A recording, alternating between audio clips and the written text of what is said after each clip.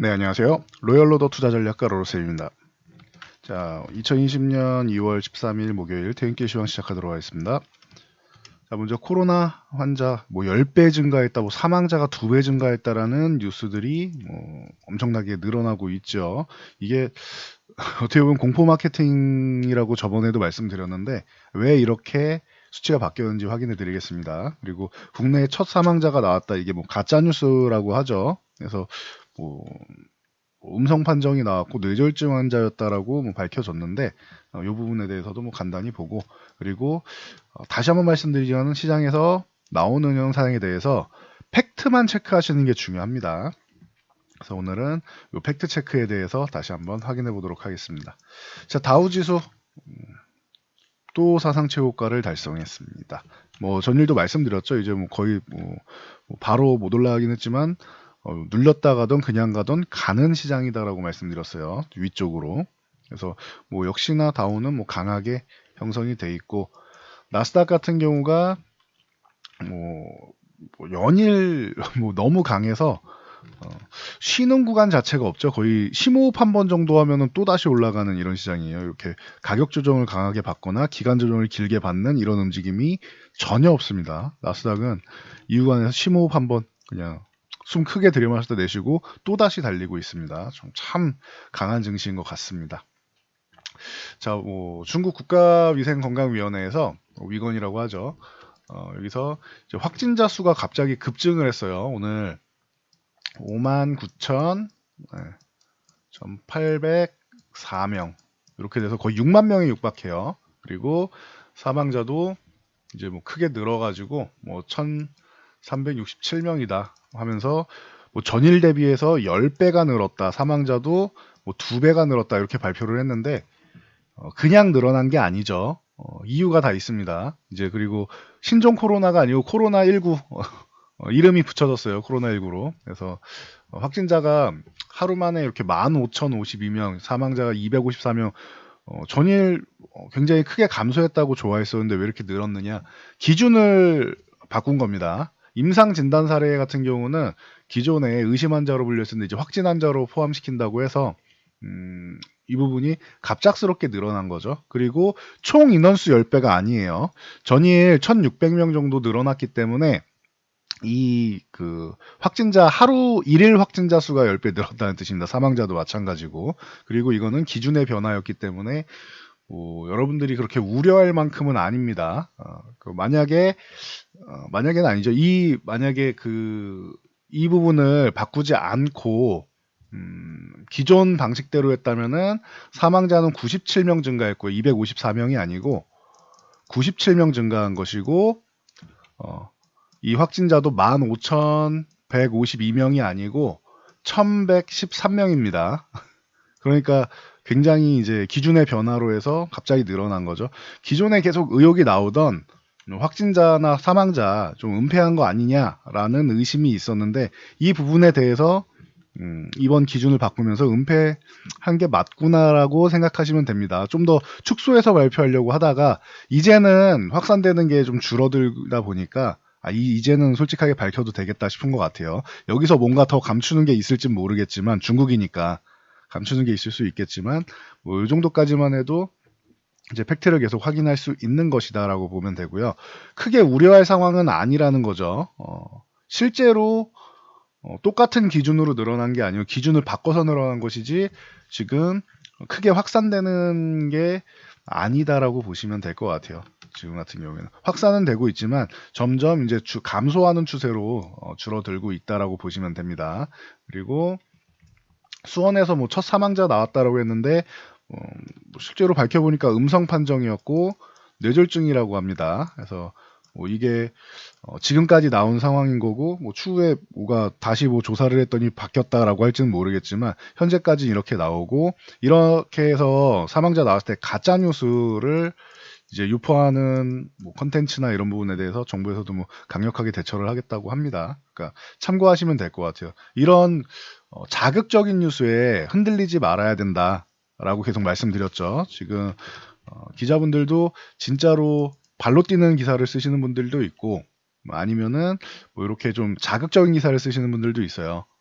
사정상 이제 클릭이 중요하니까 여러분들이 많이 조회를 해야 되니까 조회수가 중요하니까 조회수를 늘리기 위해서 공포 마케팅을 하면서 좀 더 뭐 과장되게 이렇게 기사를 쓰시는 분들이 있는데 너무 그렇게 자극적으로 쓰지는 않으셨으면 좋겠습니다. 저는 그래서 여러분들도 그 자극적인 기사 속에서 팩트만 좀 볼 수 있었으면 좋겠어요. 그래서 이렇게 해서 뭐 간단히 정리할 수 있을 것 같고요. 자, 우리나라 증시 중요하죠. 미증시가 저렇게 좋았는데 우리나라 증시는 그렇게 움직이지 못했습니다. 그런데 요것도 미리 말씀드렸었죠. 오늘 2260포인트 쪽으로 붙어는 갈 수 있는데 안착될지는 모르겠다라고 제가 말씀드렸죠. 저희 회원분들한테도 오전에 강세 구간일 때 이게 오후장까지는 봐야 됩니다라고 말씀을 드렸어요. 오후장까지 유지를 해주는 게 중요하다라고 했는데 역시나 상승할 때 이제 어느 정도 이제 콜옵션의 청산이 좀 나오고 하면은 이제 추가적인 상승보다는 좀 쉬어가지 않겠느냐라고 했는데 대량 청산까지는 나오지 않았어요. 콜옵션 같은 경우가 오히려 뭐 후반으로 갈수록 뭐 나쁘지 않았던 것 같은데 보시면은 외국인이 오늘 주식을 좀 매수를 했고 코스닥 같은 경우는 개인만 매수를 했죠. 그리고 외국인이 선물을 소폭 매도, 뭐 큰 비중은 아닌데 자꾸 이렇게 선물 매도를 늘리는 건 좋지 않다. 상승 포지션을 이제 조금 점점 줄이고 기존의 롤오버된 물량이 최소로 잡아도 3만 계약은 넘고 뭐 지금 크게 잡으면 4만 계약 정도까지도 잡는데 평균으로 3만 5천 계약 전후된다라고 해도 그 부분을 청산하는 것은 그렇게 썩 좋지는 않은 거예요. 그리고 콜옵션 요 상승 포지션을 청산하는 움직임이 나올 수 있고 어제 같은 경우도 양쪽 위아래를 막아놨다라고 말씀드렸죠. 그래서 뭐 크게 올라가거나 크게 내려가기보다는 한 차례 변동은 있어도 마감쯤에는 요 저항 부근에서 끝날 가능성이 있지 않겠느냐. 저항 위에서만 끝나도 잘해준 거다라고 했는데 이 정도면 오늘 굉장히 잘해준 거예요. 조금 밀려서 끝났다고 약밥으로 끝났다고 실망할 필요가 없다. 상승 기조를 유지하지 못했다 해서 그러니까 고점 대비해서는 한 1% 하락한 거죠. 네, 이렇게 마감했다고 해서 이거를 실망할 필요 없다라고 계속 말씀드렸습니다. 예견된 상황이었고 이거는 만기 영향력이라고 생각하시면 될 것 같아요. 그리고 요 옵션 같은 경우는 오늘뿐만 아니라 이제 차월물에 대한 부분도 이제 들어가는데 차월물이라는 건 3월 선물 옵션 만기일이죠. 선물과 옵션 동시 만기일이 있습니다. 위아래를 살짝 또 막아놓고 있는 움직임. 그러니까 약간 눈치를 좀 보겠다라는 거예요. 이게 왜 그러냐면 아까 신종 코로나 얘기를 말씀드렸는데 중국에서는 23일 정도 되면은 뭐 사망자나에서 뭐 추가 확진자나에서 한 0명에 가까워질 것이다라고 얘기를 하고 있고 중국 외에서는 이달 말까지는 확산이 될 것이다라고 얘기를 하고 있어요. 중국은 뭐 항상 축소해서 얘기해야 되니까. 그래서 뭐 재정 정책을 엄청나게 풀면서 본인들이 빠르게 뭐 수습을 하려고 하는데 애초에 그러면은 이거를 좀 초기에 대응을 했으면은 이런 상황이 벌어지지 않았을 텐데 저는 잘 이해를 못하겠습니다. 중국의 입장은. 그래서 중국은 이렇게 발표하고 3월 말까지는 확산될 것이다. 근데 어마어마하게 확산율이 늘어나는 게 아니라 점점 줄어들면서 확산될 것이다라는 뭐 이런 뭐 연구 결과가 있고 예상 결과죠. 연구 결과라기보다는 예상이 있고 하니까 여러분들 이 정도는 알고 계시면 될 것 같아요. 그래서 제가 말씀드린 게 3월 말까지 이렇게 늘어났을 때 지금 강하게 치고 올라온 거는 중국이 재정 정책을 펼치면서 이제 뭐 기대감으로 올라온 것인데 이 부분에 대해서 또 팩트를 체크하면은 어찌됐건 사망자가 늘어나고 있는 건 사실이기 때문에 그리고 중국에서 공장을 못 돌린 것도 사실이고 그래서 글로벌 경제에 타격을 어느 정도 줄 것이다. 그리고 중국이 경제 성장률 마이너스 한 1% 정도를 지금 다들 내다보고 있죠. 신용평가사 뭐 S&P부터 시작해서 이 정도 1% 정도는 내려가지 않겠느냐. 라고 보고 있기 때문에 이 부분을 중국이 이제 타개하기 위해서 1%까지는 아니다. 약간의 타격은 있어도 이렇게까지 큰 타격은 아니다라고 이제 하기 위해서 재정 정책을 펼치고 있다. 그렇기 때문에 단기적으로는 올라와도 한 차례 이렇게 살짝 밀려서 조정받는 정도도 염두는 하고 있어요, 지금.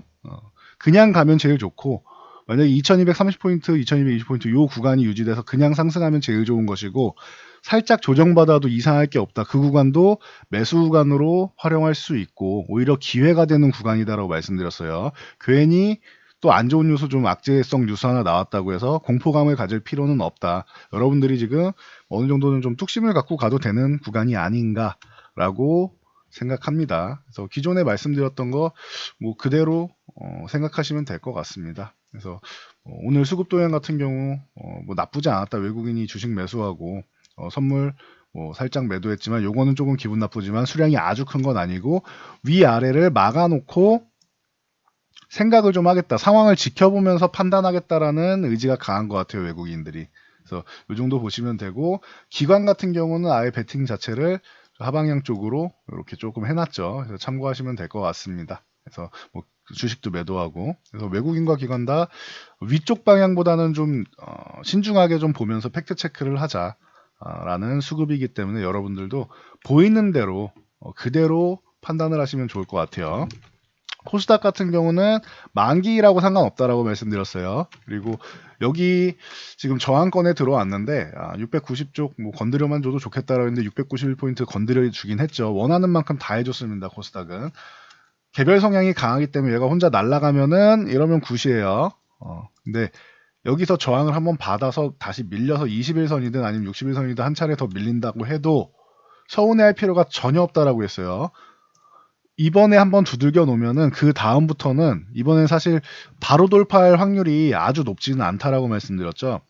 돌파할 확률보다 저항받을 확률이 더 높은 상황이었어요. 그렇기 때문에 한번 건드려 주는 게 좋은 거고, 그리고 조정받은 다음에 그 다음번에 건드리면은 그때부터 이제 돌파 확률이 점점 올라가게 됩니다. 그래서 이번에 그냥 밀리는 게 아니라 저항을 건드려 줘야 된다라고 말씀드렸던 것이고, 그러면은 코스닥도 원하는 만큼 다 해준 것 같아요. 코스피는 원하는 만큼 다 해줬고 그 이상도 해줬고, 그래서 양대 시장 모두 우리나라 시장도 굉장히 뭐 강하게 올라왔습니다. 이 정도는 V자 반등이잖아요. 여기서 이제 이중바닥성 움직임을 보일 것이냐, 여기서 뭐 횡보를 하던 돌파를 하던 해서 그냥 치고 갈 것이냐, 이 차이가 나오겠죠. 결론적으로 우리 시장도 방향 자체는 우상향이라고 보고 있습니다. 그래서 오늘 뭐 시황은 요 정도까지 마치고요. 영상 이렇게 길어서 길 때는 좀 잘라서 해달라고 어제 두 개로 나눴더니 좋아하시는 분들이 많더라고요. 그래서 종목 이슈되는 종목들이나 주요 종목들은 다음 영상으로 나눠서 올려드리도록 하겠습니다. 한 30분에서 1시간 뒤에 올라올 테니까 그 연달아서 시청하시면 될 것 같습니다.